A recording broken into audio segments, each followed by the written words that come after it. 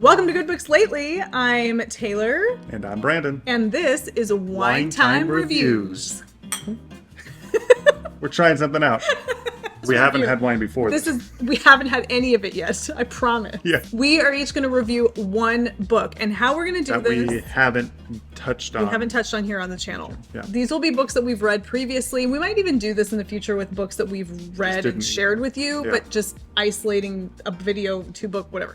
And so how this is going to work is if we have a Goodreads review, we will read it to you, and then the other one of us will ask us questions, and we will answer those questions briefly about said book.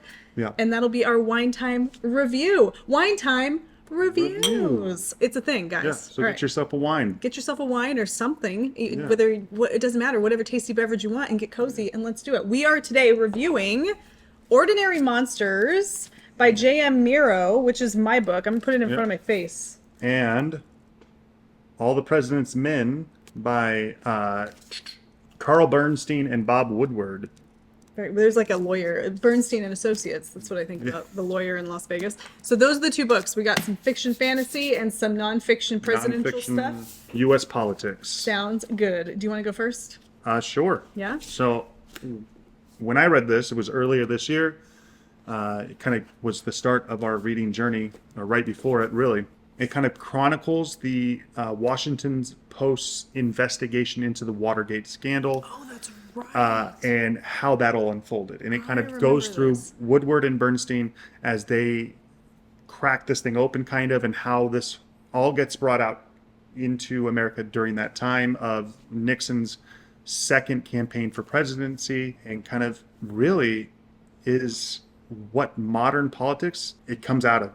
This, like what happens here with the way campaigns are run and the kind of the negative aspect of it, it ends up becoming a active investigation into a sitting president. You can kind of make some parallels to things that are going on today in the U.S. When this book came out, it was right after the Watergate. So okay, that was another thing. So this came out in 1974. Yeah, so this was fresh. Yeah, reproduced. So this is the 2014 version.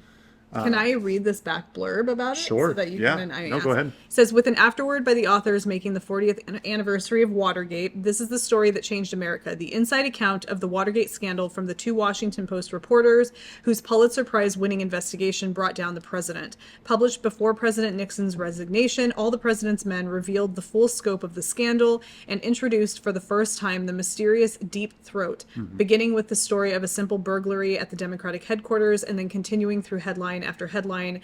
Bernstein and Woodward deliver a riveting first-hand account of their reporting. Their explosive reports won a Pulitzer Prize for the Washington Post, led to the fall of the president, and have since inspired generations of reporters. Yeah. Okay, good. Now I kind of have I remember you talking about this. Very cool. No, it was cool. It's one of those kind of interesting takes on writing about an event, and it kind of read almost as if you were happening as it was happening. Does it have a political slant?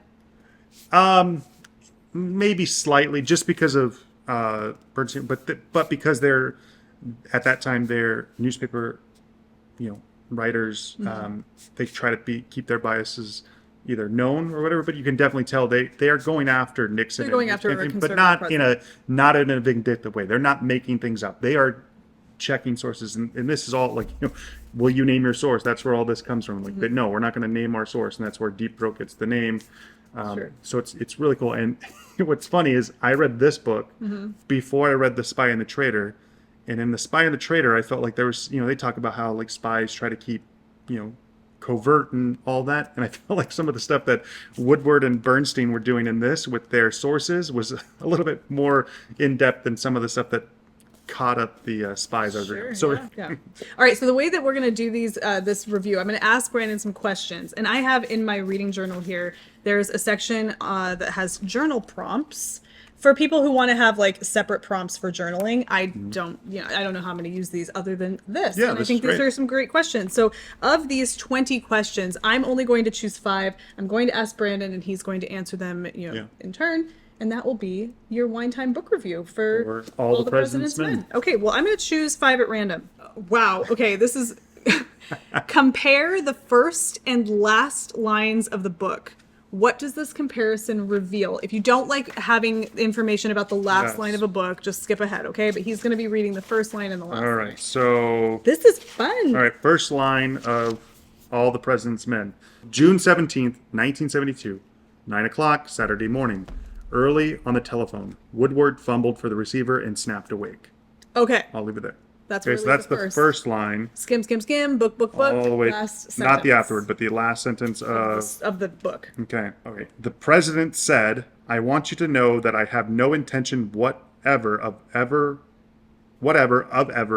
walking away from the job that the American people elected me to do for the people of the United States." So comparing the first and last lines of the book, what does this reveal based on what you've experienced with this book? So it would reveal that, Woodward, if you're just starting, you didn't know the story of Watergate, is going to reveal something or uncover something that will lead to that will lead to the president having to kind of like make a public announcement that he's not going to step down. Okay, interesting. That was cool. Yeah, I like that. Very cool. Okay, question number 2.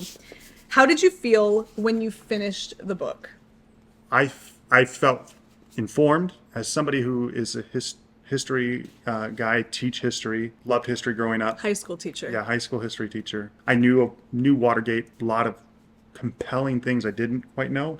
And it also was just eye-opening to kind of how politics shifted in America during this time. Watergate. Nixon campaigns, I think, JFK, Nixon era we see a shift in the way politics and media are put together. Before that, media was usually pretty much like, hey, you tell us what you want us to put out. Whereas once we get into JFK, into Nixon, the media kind of putting their own spin on things a little bit more. Yeah. And then the politicians saying, whoa, don't know about that. So I really enjoyed it though. It was, when I finished, I was like, wow, I feel good about that. Nice, very good. The Amazon driver is dropping off something on our front door. For you, not me. Hey! What did you notice about the style of the writing, if you can remember? I know it's been a couple weeks. What did you notice about the style of the writing? Well, I mean, it's very, it's like classic. It's just nonfiction. So it's just like, it's giving you like blow by blow what's happening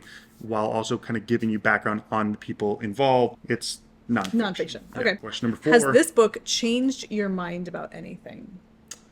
I don't think it changed my mind. I think it opened my mind a little bit more to things. I got more knowledge on a subject that I had some knowledge on.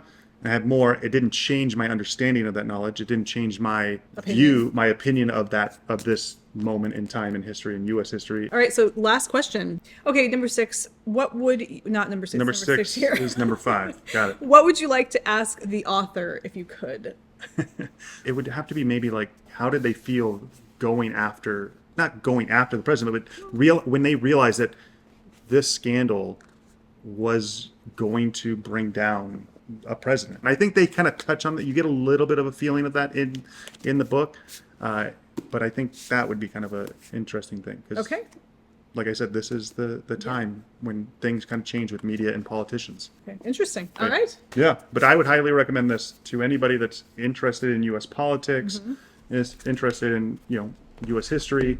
If you haven't read this story, definitely you should. Very cool. So, yeah. Nicely done. Nice wine time review, babe. Yeah. My turn? Yeah, your turn. So you got yours. Ordinary Monsters by J.M. Miro. Back in October, we took a trip to Virginia. I picked this up at the airport on the way back from Virginia. Right. Now, you guys, look, this is a big boy. Big time. Big time. Yes. 646. Well, no, we have an epilogue. Oh. So 660 pages in this big boy. And I devoured a good third of this, I would say, on just the flight back from Virginia. We live in the Las Vegas, Nevada area. So that's a cross-country flight. This book was a great read. Before I get into it, I'll read my Goodreads review. Just so we know, Ordinary Monsters is a fantasy fiction, very much dark. I almost want to say it's like gothic? Dark. I don't know what really makes something gothic, honestly. I say that because I kind of understand the vibe, but it's dark. It's got this steampunk vibe to it.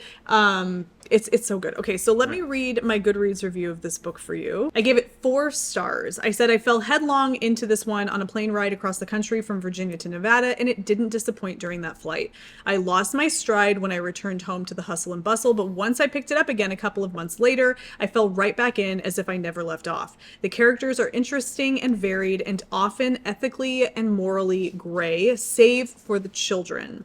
Meaning like there's child characters in here who in most cases are just trying to survive what is such a confusing mess of an existence as far as we're made aware.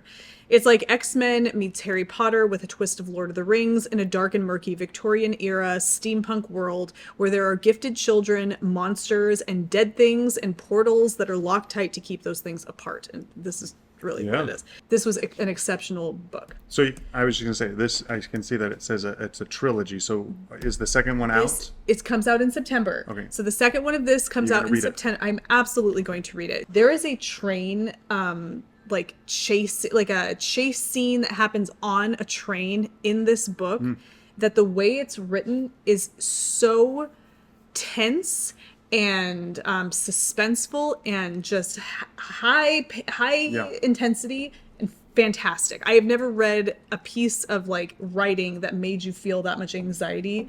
It was so well done. The writing is exceptional. So I really, really love this book. Do you want to read the inside of the jacket for everybody? Sure. England, 1882.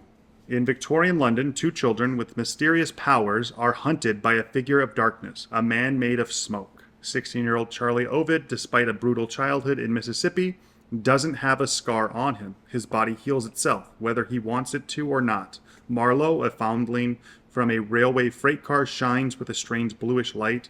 He can melt or mend flesh. When a jaded female detective is recruited to escort them to safety, all 3 begin a journey into the nature of difference and belonging in the shadowy edges of the monstrous. What follows is a story of wonder and betrayal from the gaslit streets of London and the wooden theaters of Meiji-era Tokyo to an eerie estate outside Edinburgh where other children with gifts, the talents, have been gathered. There, the world of the dead and the world of the living threaten to collide. And as secrets within the Institute unfurl, Marlowe, Charlie, and the rest of the talents will discover the truth about their abilities and the nature of what is stalking them. That the worst nightmares sometimes come bearing the sweetest gifts. So good. Just listening to you read that now, it takes me back. It's a fantastic book. Dark fantasy. Yeah. Yeah, it's great. I love it. All right. So, who would you lend this book to first and why? Oh, that's a great question. Who would I lend this book to first and why? Do you know I would lend this to my brother? Okay. So my brother Tyler is very well read. He reads a lot of really difficult books. Yeah. Good. He's a very intellectual reader, but I just feel like he would enjoy this book. Something a little different than what he usually reads. I would suggest my brother read this. Yeah. Maybe I will. This is a good question because you're very much into this. My second question for you is, how did the setting of the book contribute to how you felt about it? Okay. Big time. I love dark, murky settings. I feel like I can get into them and get lost in them. I can picture them in my mind. So this takes place in Victorian, part of it takes place in Victorian London. Some of it takes place in the South, the deep South in the United States at that same time. And then some of it takes place in Tokyo at that same time, roughly, during like a Victorian era, which obviously Victorian is only in reference to London or in England. But it's got this it's a dark and dreary, and everything feels like it's in shadow as you're reading. There's not a lot of these sunshine moments, and it's got this steampunk vibe to it. I imagine if you were to make a movie out of this, which they absolutely should, it would have this steampunk feel. If you know what steampunk is, it's kind of a mix of old and new, kind of more technology and old using stuff. Old we'll pop a picture and kind of see. But it absolutely helped me be in it more. It really immersed me in the story. It made me love the characters, and it made me feel that the stakes were as high as they are written out to be. And so I just really appreciated that. I love a good dark story. Cool. I love some murk. All right. What was the most memorable part and why? Oh gosh. Memorable. What was the most memorable part and why? I don't want to give anything away. There's a scene, there's a portion of the book towards the end, and in this portion you have two characters, and I won't say who, that are in a place. Yep. It's a very ominous place, but the relationship that these two characters have with one another, it grips you and you feel for these people, and it was emotional. Not sad, nothing like sad, but just like emotional, just like it pulls at you and it makes you feel things. And I would say that last scene where they're in this very ominous place and they don't know if they're going to be able to escape, but they're both there trying to do what they can for each other and for the bigger picture. It was very compelling. Okay. So it's hard to say too much without giving too much away, but that would... No, that's good though. Thanks. Okay, cool. Okay, good. Does this book make you curious about the author? You know, I never really thought about that. I always look at a picture of the author if there's one in the book. I don't know why. Who's the author? This is J.M. Miro. I don't know if... Man or woman? I don't know. It says here J.M. Miro lives and writes in the Pacific Northwest. I believe it's a man. Okay. Clearly, I have not been made interested in learning any more about the author. I just appreciate what he's putting out there, and I'm going to buy his next one. All right. Hers or his. I don't know if it's... Wow. Now I really realize I need to learn. Hey, sometimes it helps you keep from having a... What do they call that? A bias? Bias? Or, yeah, for sure. I have no bias towards... What's that? What is that? Like a preference? Just... I know what you're talking about, and I don't have that because I don't know much about this writer. So there you go. Last question, and I'm going to make it. Is this the compare? Yeah, compare the first and last lines of the book. Okay, again, we're going to do that thing. What is the comparison reveal? Okay. Yeah, first and last lines of the book. I like that too. That was fun. Okay, the first line. The first time Eliza Gray laid eyes on the baby was at dusk in a slow-moving boxcar on a rain-swept stretch of the line 3 miles west of Bury St. Edmunds in Suffolk, England. Okay. All right. So last one. So spoilers if you don't want it. Yeah, if you don't like listening to the last sentence, just, go ahead a couple of seconds. Earmuffs. All right, here we go. Oh, okay. Last sentence. All right, she said. She met Charlie's eye. So let's go find him. Okay. All right. Yeah. So what's that reveal to you? I mean, when you know everything that happens in the middle of the story, all of the stuff in between the covers of the book, it's like, oh my God, so much. But it makes you realize that, so you start this book with this foundling, and I don't know. I don't want to give much away. So this is a very spoilery thing, but I just feel like you get to a point at the very end of the book where what is found might be lost at the end. Okay. All right. So I need to put a real big spoiler warning. All right, cool. So, yeah. Well, that's it. That's our Wine Time reviews. Book reviews. Wine Time book reviews for Ordinary Monsters and All the President's Men. I liked it. Did you like that? I liked it. That was good. We'll do that. We'll do more of those. Those are fun. So thank you guys so much for watching that with us. Yeah. If you found value in this, don't forget to give it a thumbs up, like it, subscribe it, and we'll see you in the next one. Yeah. Bye. Bye.